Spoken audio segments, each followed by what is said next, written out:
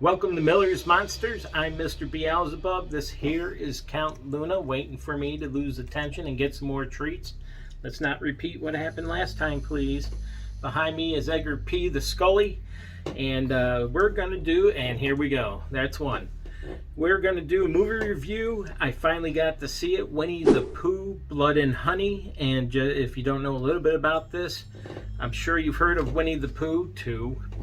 And how the story of Winnie the Pooh went into public domain, and it was snatched up by Rice Frake Waterfield, I believe, and he was the director and writer of this film, and they turned it into a slasher film, and it was outrage. Oh my God, people couldn't believe that Winnie the Pooh was turned into a slasher film. It's ruining their childhood, and oh my God, what are we gonna do? Well, listen, if this movie ruined your childhood memories of Winnie the Pooh 3, then I don't know what to tell you, because I loved Winnie the Pooh, and this doesn't tarnish that Winnie the Pooh at all. You got to be able to tell the difference. This isn't your childhood Winnie the Pooh, all right? So before I get into the movie, take a moment. Hit the subscribe button, ring that bell, hit the like button, set yourself up for notifications so you don't miss another exciting episode. And we'll be right back with the synopsis of this film. Alright, so I put a few more treats in the bathtub, so we should be able to get through this, hopefully, without any major problems. Alright, Winnie the Pooh, Blood and Honey came out for a short release, made a couple million in that time, and it is now out on Amazon Prime. You could rent it. I rented it. It was $10.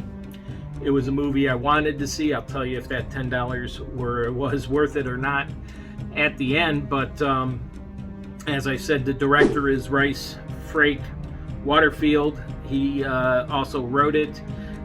Stars are Nikolai Leone, Mariah Taylor, Natasha Rose Mills.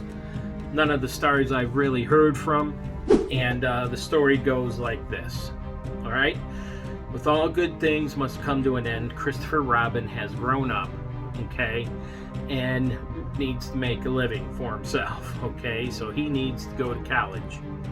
And after he sat there through all his young childhood and told Winnie the Pooh and Piglet and Eeyore and the Bunny and the Owl that he would be with them forever, eventually, you know, being a grown-up means taking on grown-up responsibilities. So he had to leave them and go off to college. In the 5 years that he was away, Winnie the Pooh and the crew didn't know how to fend for themselves. And, you know, one reason for this was because Christopher Robin always brought them food from the house. And you know how the saying goes, give a man a fish, you feed him for a day. Teach a man a fish, you feed him for a lifetime. Well, Winnie the Pooh and the crew, hey, that rhymes. That was pretty good. I like that. Didn't know how to fend for themselves. So as time went on, they got hungrier and hungrier. And as, you know, like the Donner Party, you know, get hungry enough, man, that guy over there looks pretty tasty. And I'm not spoiling anything here, this was pretty evident in the trailer and all that. They ended up eating Eeyore to survive, and this left them bitter, having to live with what they have done to survive. And they swore that they would never speak to humans again, denounce their human half, because here they're explained as half beings, half human, half animal, and embrace their animalistic side. And basically they turn into a couple of slashers, mainly Winnie the Pooh and Piglet. And so the movie starts after this story is told in the beginning, with Christopher Robin going back with his wife to the 100-acre wood to show her Winnie the Pooh and the crew. And they run into the bitter, jaded, freakishly large Winnie the Pooh and Piglet, and all heck ensues from there. And I'm not going to go into the whole story because many of you probably haven't seen it, and if you decide to watch it, I'm not going to spoil it for you. So that being the synopsis, the movie itself is, for me, was very slow paced. Okay, I think there was a lot of potential in taking this childhood memory and turning it into a horror story, but it was just a slow paced movie for me. There's some decent kills in there, nothing you haven't seen before. In fact, some you have seen before, and I think in Halloween one of them was.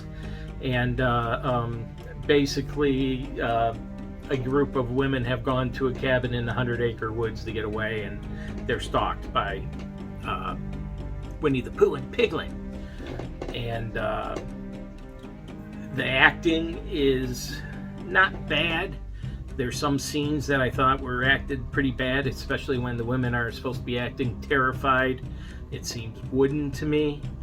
A lot of the movie, I didn't like the choice of how the camera work was. It was done in the dark, and you could barely make out anything, at least from what I was watching and the TV I was watching it on. Maybe it was different on the big screen, but it was just too dark to see anything. You're just waiting to get through that piece so you can see the movie again. And I just mentioned it was a slow paced, and I found myself kind of hoping near the end that let's pick it up a little bit, which is sad because I was really excited for this. The trailer, this is one where I watched the trailer and it's probably as good or better than the movie. Excuse me. So that being said about the story and the acting, there is good gore in here. Okay. Another pet peeve of mine is some of the scenes we're done with, and if you've watched me long enough, you know this. CGI blood. I do not like CGI blood, but when they used it, they kept it dark, as was their choice for most of the movie, unexplainably, and but you can still tell. The makeup is fine.